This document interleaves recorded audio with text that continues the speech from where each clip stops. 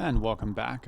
We're still doing our tutorial with Italy, and we're going to look at the next tab, which is, yes, the logistics tab. Logistics tabs, this will be a quick little video because there's not a lot here, but it is a little bit confusing, so we'll just go over that a little bit just because it kind of is helpful to understand what these values are telling us, because if you're not really getting how it's thinking, you can cause you to freak out and think, oh, maybe this is wrong, but sometimes it's not really actually that bad. So let's take a look. Let's go into the logistics tab. The logistics tab, okay, it has a few things in it. So there's a lot of little stuff in here, but essentially there's going to be an entry for each piece of equipment that you actually have in stockpile somewhere or a building. And so for example, convoys, it's saying that we have 174 surplus. And as we notice, we have 200 convoys, we're using 26 for trade and supply, which means that we have a surplus of 174. This is just sitting here doing nothing. They're just waiting to be utilized. If we were building convoys, this number would be showing how many we're building a day. If we were losing convoys for some reason, this number would go in there. Like if we were shipping them to another country, if they were being lost in combat, that sort of thing. This value here just shows the net difference between this minus this. So if this is yellow, that just means that it's at 0. If it's green, that means we're actually producing it slightly. There's a slight positive. If it's red, that means there's actually a deficit, and we're actually going backwards and losing more than we're producing. So that can be problematic. Like in this case, we're actually losing 4.7 support equipment a day. We're losing 5.3, and we are only producing 0.6. So that can be problematic.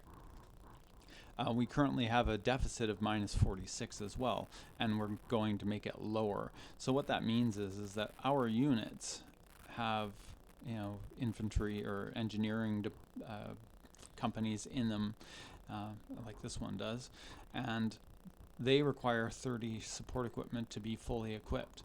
Well, if for some reason something else needs support equipment, the system can pull it off of these units and take it away from them to put it back into the central stockpile so that then can be transferred to wherever it needs to go. Now normally what you're going to want to do is you're going to have a higher number here to be building more so that this number goes to 0 and then eventually gets stored up as a surplus. The same thing here, infantry equipment, we actually have a shortage of 925 at the moment. Now, and that's because a lot of these units, as you'll notice, don't have full equipment values on them. They're not fully equipped. This one, these two are not fully equipped. Not fully equipped, they're only like half equipped. So that's because they're fielded out there, but they're not fully equipped with full equipment. So some of the guys in that unit don't have guns. They have to share guns. There's not enough supplied to them. Now, granted, we're going to produce some, when we're producing 19 a day, so we're going to do a pretty good job of getting rid of that in short order, but we need 925 to get all of our units up to full capacity.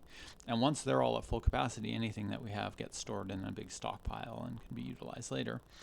You can actually click on these to show specifically what type of stockpile it is. So we're producing Carcano M38s to our Italian forces. Once we research better guns, we can go ahead and start producing those in their place, and then we'll still have some of these out in the field. Some of our units will probably still be using these, and then the new units that we build will get the new ones, plus we'll be upgrading the guns of our existing units. They'll be upgraded to the better guns as we produce them, right? What else are we looking at here? Same with trucks. Shows that we're producing Fiat 626s, support equipment.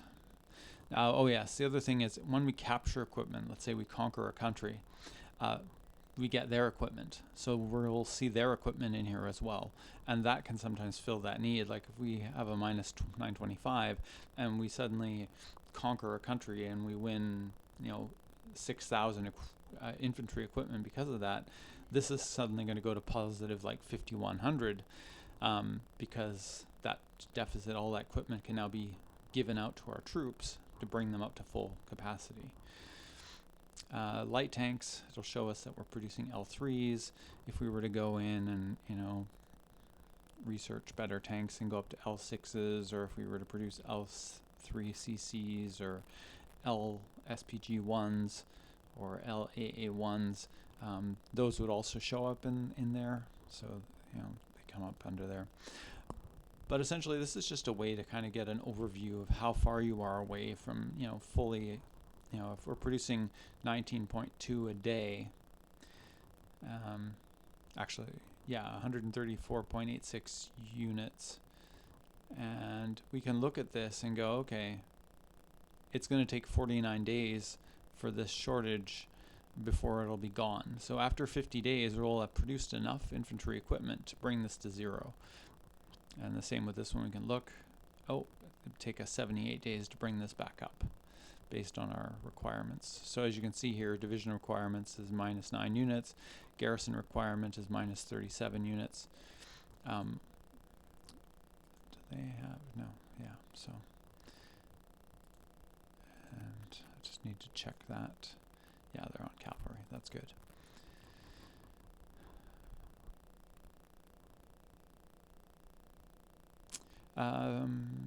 Yeah, so essentially this is just, you know, trains, how many trains we got. We've got a surplus of 19, close air support.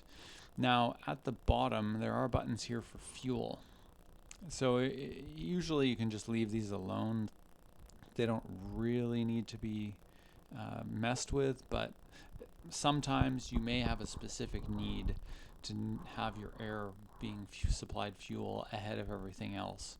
So if you're having like a shortage of fuel and you're not going to have enough for your army and your navy and your air, you can go ahead and prioritize one and say, hey, the needs of the air go first. So when there's extra fuel that's being allocated out, it goes to air as highest priority, and then it would get split evenly between army and navy as needed based on need for the two of them.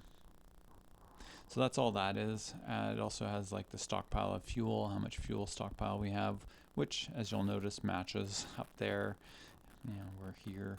Tells us our consumption numbers and things. It also tells us how much of the resources we have coming in of each, if there's a surplus or deficit of each of those. All of our dockyards are currently being utilized. Only about half of our military factors are producing. I mean, that's just because we'd have to go back over here and assign them to different things. 9 of our 19 are currently in use. This is just because I started this game fresh. But yeah, that's basically the gist of this one. It's just to understand that when you see a negative in here, that just means that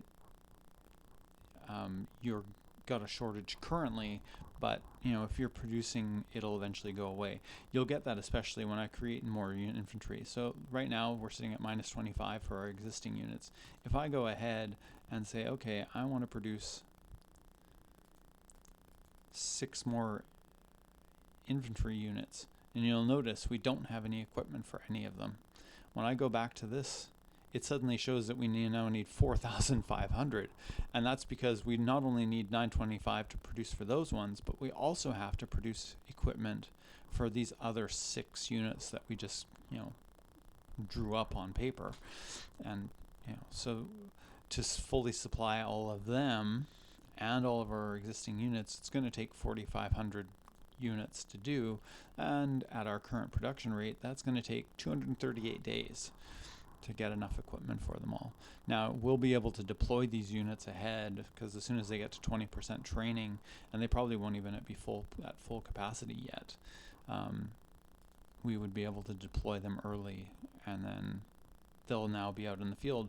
But it won't change this. It'll still say that to bring all of our units up to full equipment, we're still going to need to produce 4,500, and we're going to need to produce 226, and that's because those 6 units also each requires 30 points of support equipment, so that's 180 there, plus the 40 something that was already behind. So, you know, and that's basically what this page is about. So I'll just leave it at that, and thanks for watching.